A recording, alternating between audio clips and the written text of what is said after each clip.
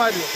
Corona ಒಂದು ವರ್ಷ ಉಜ್ಜಿ ಮಾಡಿಸಿ 7 ಕಪ್ಪರಿಕಿ. ನಮ್ಮ ಅಜ್ಜಾರು ಏನು ಹೇಳಿದ್ರು, ಆ ವರ್ಷ ಕೊರೋನಾ ಬಂದೈತಪ್ಪ, ನೀವು ಏನಂದ್ರೆ ಇದು ಮಾಡಿಬಿಡ್ರಿ, ಉಜ್ಜಿ ಮಾಡಿಸ್ಬಿಡ್ರಿ ಅಂದ್ರೆ ನಾವು 5 ಜನ ಬಂದು ಉಜ್ಜಿ ಮಾಡಿಸ್ಬೋದಿ. ಉಜ್ಜಿಗೆ ಏನು ಖರ್ಚು ಬರ್ತದೆ, ಅವರೇ ಮಾಡಿದ್ರು, ನಾವೇನು ಅದೇನು ಸಣ್ಣ ಬೇಕಾಗಿ ಕೊಟ್ಟಿವಿ ಅಷ್ಟೇ. ನೆಕ್ಸ್ಟ್ ವರ್ಷ 2 ವರ್ಷ ಹೋಳಿಗೆ ಮಾಡಿಸಿರ್ತಾರೆ.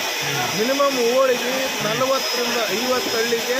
ಅದು ನಮ್ಮ ಬೆಲ್ಲ 1 ಕೆಜಿ ಬೆಲ್ಲ, 1 ಕೆಜಿ 2 ಕೆಜಿ 1 ಕೆಜಿ ಮೈದಾ, 2 ಕೆಜಿ ಬೆಲ್ಲ, 2 ಕೆಜಿ ಶೇಂಗಾ ಕೊಟ್ಟು ಮನೆ ಅಡ್ಡಾಡಿ ಕಲೆಕ್ಟ್ ಮಾಡಿ ಒಂದಲ್ಲ ಸಂಗ್ರಹಣೆ ಮಾಡ್ಕೊಂಡು ಲಾರಿಯಲ್ಲಿ ತಂದು 3 ದಿನ ಊಟ ಬಡಿಸಿ ಹೋಗ್ತಿದ್ವಿ. 2 ವರ್ಷ ಮಾಡಿದ್ವಿ. ಈ ವರ್ಷ ಏನು ಜಿಲೇಬಿ ಮಾಡಿಸ್ಬೇಕನ್ನಿಸ್ತು, ಇಷ್ಟೊತ್ತು ಜಿಲೇಬಿ ಮಾಡಿಸ್ತಾರೆ.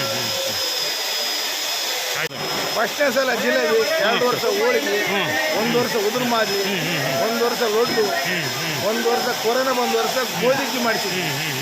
ನಾವು 7ನೇ ಸಲ ಇದು ಮಾಡೋದು. ನಾವು ಚೆನ್ನಬಸವ ಮತ್ತೂರಲ್ಲಿ ನಾವು ಇಲ್ಲಿ ಸುಮಾರು 10 ವರ್ಷಗಳಿಂದ ಈ ಒಂದು ದಾಸೋಹ ಕಾರ್ಯಕ್ರಮಗಳು ಮಾಡ್ತಾಯಿದ್ದೀವಿ. ಇದಕ್ಕೆ ನಮ್ಮ ಮುಖ್ಯವಾಗಿ ನಮ್ಮ ಈಗ ಏನು ಮಾತಾಡಿದ್ದಾರೆ ವಿಜಯಕುಮಾರ್ ಚೆಮ್ಮನೂರು ಅಂತೇಳಿ, ಬೈಸಿದ್ದೇಶ್ವರ ರೈಸ್ ಮಿಲ್ ಕೂಡ ಇದೆ. ಅವರು ಪ್ರತಿ ವರ್ಷ 1 ಲೋಡು ಅಕ್ಕಿ ಕೂಡ ಕಳಿಸ್ತಾರೆ. ಯಾರಿಗೂ ಅವ್ರ ವಿಚಾರವಾಗಿ ಯಾರೂ ಮಾತಾಡೋಂಗಿಲ್ಲ. ಅವರು ತಾವು ಕಳಿಸಿದ್ದೀನಿ ಅನ್ನೋದು ಮಠಕ್ಕೆ ಗೊತ್ತಿರೋಂಗಿಲ್ಲ.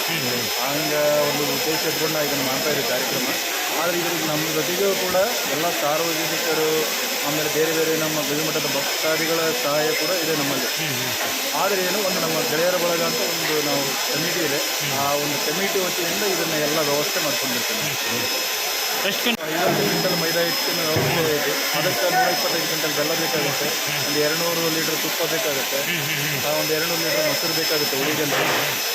ಆಮೇಲೆ ಒಂದು 10 kg ಏಲಕ್ಕಿ, ಇದಕ್ಕೆಲ್ಲ ಬೇಕಾಗುತ್ತೆ. ಇಷ್ಟೆಲ್ಲ ವ್ಯವಸ್ಥೆ ಇಟ್ಕೊಂಡು ನಾವು ತಯಾರು ಮಾಡಬೇಕು. ಎಷ್ಟು ದಿನ ಮಾಡ್ಬೇಕು ನೋಡಿ? 2 ದಿವಸ ನಾವು ದಾಸೋಹ ಕೊಡಬೇಕು. ಎಷ್ಟು ಜನ ಕೆಲಸ ಮಾಡ್ತಾರೆ? ನಾಳೆ 15ನೇ ತಾರೀಕು, 16ನೇ ತಾರೀಕು. ಇದಕ್ಕೆ ಒಂದು ಕನಿಷ್ಠ 100 ಮಂದಿ ನಾವು ಜಿಲೇಬಿ ಹಾಕೋದನ್ನ ವ್ಯವಸ್ಥೆ ಮಾಡ್ಕೊಂಡಿದ್ದೀವಿ. ಅದ್ರ ಜೊತೆಗೆ ಅವರು ಒಂದು 200 ಜನ ಅವರಿಗೆ ಹೆಲ್ಪರ್ ಇದ್ದಾರೆ. ಮತ್ತು ಒಂದು ಸೇವೆ ಅಂತೇಳಿ ಒಂದು 800 ಜನ ಇದ್ದಾರೆ. ಟೋಟಲ್ ಒಂದು 500 ಜನ ಇದರಲ್ಲಿ ಕೆಲಸ ಮಾಡ್ಬೋದು. ಓಕೆ.